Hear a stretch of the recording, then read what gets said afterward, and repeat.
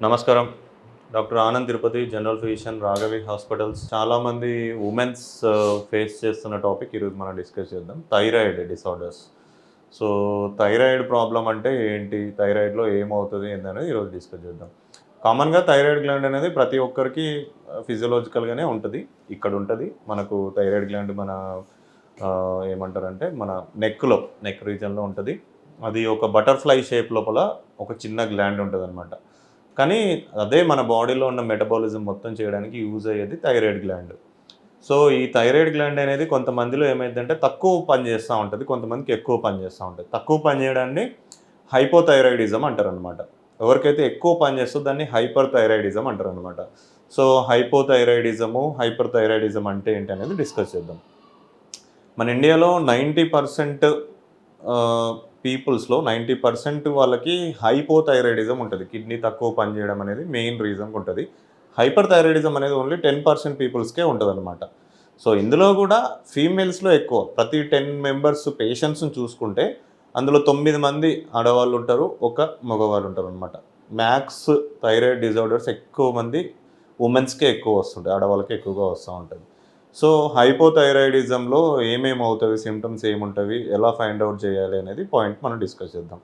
So, హైపోథైరాయిడిజంలో మనం ముందు అనుకున్నట్టుగా థైరాయిడ్ మన బాడీలో ఉన్న థైరాయిడ్ గ్లాండ్ అనేది సరిగ్గా పనిచేయదు. అంటే తక్కువ పని చేస్తూ ఉంటది. అది చేయాల్సినంత వర్క్ చేయదు.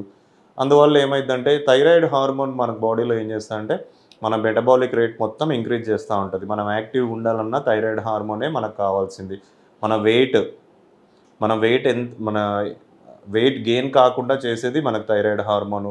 మనకు మోషన్స్ లేకుంటే మనము యాక్టివిటీగా ఉండాలన్నా కూడా థైరాయిడ్ హార్మోన్ ఇంపార్టెంట్. ఎప్పుడైతే మన బాడీలో థైరాయిడ్ హార్మోన్ అనేది ఉండదో, సో ఆ టైంలో ఏమైద్దంటే సింప్టమ్స్ అన్నీ స్టార్ట్ అవుతా ఉంటాయనమాట. మెటబాలిక్ రేట్ తగ్గిపోతూ ఉంటది. సో, ఎక్కువ నీరసంగా ఉండడము, లేజీనెస్ రావడము, పొద్దున అనిపించకుండా ఉండడము, వెయిట్ గెయిన్ అవ్వడము, ఆకలి తగ్గిపోతూ ఉంటది, కాన్‌స్టిపేషన్ రావడము, మోషన్ సరిగ్గా రాకుండా ఉంటది వాళ్ళకి. లేకుంటే నిద్ర సరిగ్గా పట్టకుండా ఉంటది. బాడీ పెయిన్స్ వస్తూ ఉంటవి. లేకుంటే వాళ్ళకి చలి చలి అంటే వాళ్ళకి ఎక్కువ చలేస్తూ ఉంటది. ఫ్యాన్ ఏసుకోవడానికి కూడా ఇబ్బంది పడతా ఉంటారు. కంపల్సరీగా వేడి నీళ్ళతోనే స్నానం చేద్దాం అనుకుంటారు. చల్ల నీళ్ళతో స్నానం చేయలేరు. సో, ఇట్లాంటి సింప్టమ్స్ అన్నీ ఉంటాయన్నమాట హైపోథైరాయిడిజంలో. మళ్ళీ ఇంకా మెయిన్ ఏందంటే హెయిర్ ఫాల్ అవుతా ఉంటది. యంగ్ వుమెన్స్‌లో హెయిర్ ఫాల్ ఎక్కువ అవుతా ఉంటది. వెయిట్ గెయిన్ ఎక్కువ అవుతా ఉంటారు. వుమెన్స్‌లో రిప్రొడక్టివ్ ఏజ్ ఉన్న వాళ్ళలో పీరియడ్స్ అనేది డిలే అవుతా ఉంటది. వాళ్ళకి నెలసరి అనేది సరిగ్గా రాదు. సో, ఇవన్నీ హైపోథైరాయిడ్ సింప్టమ్స్ అన్నమాట.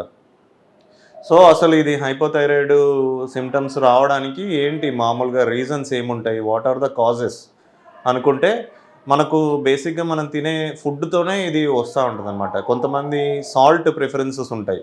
మనం ఇప్పుడు కంపల్సరీగా థైరాయిడ్ హార్మోన్ ప్రొడ్యూస్ కావాలి మన బాడీలో అంటే, అయోడిన్ అనేది ఇంపార్టెంట్. మనం తినే ఫుడ్‌లో అయోడిన్ ఉంటేనే మనకు థైరాయిడ్ హార్మోన్ అనేది ప్రొడక్షన్ అవుతది.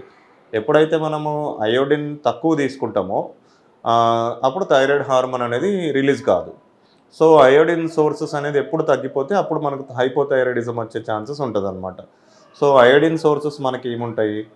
మెయిన్‌గా అయోడైజ్డ్ సాల్ట్, వైట్ సాల్ట్ ఉంటది. టాటా అయోడైజ్డ్ సాల్ట్స్ ఇట్లా ఉంటాయి కదా! కొన్ని అయోడైజ్డ్ సాల్ట్. కొంతమంది ఏం చేస్తారంటే పింక్ సాల్టు, ఇంకోటి రాక్ సాల్ట్ ఇట్లాంటివి యూజ్ చేస్తా ఉంటారనమాట. దాంట్లలో ఏందంటే అయోడిన్ అనేది సరిగ్గా ఉండదు. సో, అందువల్ల హైపోథైరాయిడిజం వచ్చే ఛాన్సెస్ ఎక్కువుంటాయి. సో, అయోడైజ్డ్ సాల్ట్ మనం తీసుకోవాల్సి ఉంటది. ఇంకా కొన్ని ఉంటాయి మనకు ఫుడ్‌లో బ్రాసికేసి ఫ్యామిలీ అంటే క్యాబేజీ లేకుంటే మన క్యాలీఫ్లవరు ఇట్లాంటి ఫ్యామిలీ ఉంటాయి కొన్ని వెజిటబుల్స్. ఇవి తిన్నప్పుడు ఏమైద్దంటే మన బాడీలో అసలు అయోడిన్ లెవెల్స్ అన్నిటిని తగ్గిచ్చేస్తాయి. క్యాబేజీ గానీ, క్యాలీఫ్లవర్ గానీ ఇట్లాంటివి ఎక్కువ తినేవాళ్ళు ఉంటారు. వాళ్ళలో కూడా థైరాయిడ్ వచ్చే ఛాన్స్ ఉంటదన్నమాట. సో, ఇట్లాంటియన్నీ అవాయిడ్ చేసుకుంటే బెటర్. ఇవి కాకుండా కొంతమంది పెయిన్ కిల్లర్స్ ఎక్కువ వాడుతా ఉంటారు. ఎప్పుడైతే పెయిన్ కిల్లర్స్ ఎక్కువ వాడినా కూడా హైపోథైరాయిడిజం వచ్చే ఛాన్సెస్ ఉంటాయన్నమాట. సో, ఇవన్నీ మెయిన్ రీజన్స్ హైపోథైరాయిడ్ రావడానికి.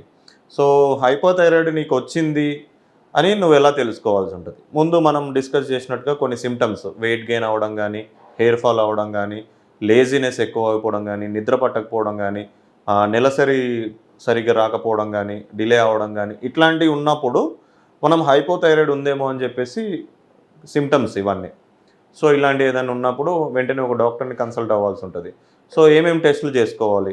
ఇట్లాంటి వాళ్ళకి ఏమైద్దంటే థైరాయిడ్ ఫాస్టింగ్ థైరాయిడ్ టెస్ట్ అని ఉంటదనమాట. ఈ టెస్ట్ చేసుకున్నప్పుడు మనకు థైరాయిడ్ హార్మోన్ లెవెల్స్ ఎంతున్నయి, నార్మల్‌గా ఉందా లేదా అనేది చూసుకొని చేసుకోవాల్సుంటది. ఇది ఎప్పుడైనా సరే ఫాస్టింగ్‌లో ఇవ్వాల్సుంటది. తిన్న తర్వాత చేస్తే మళ్ళీ ఫాల్స్ రిజల్ట్స్ వస్తాయి కాబట్టి ఫాస్టింగ్‌లో మనము థైరాయిడ్ టెస్ట్ చేపించుకోవాలి.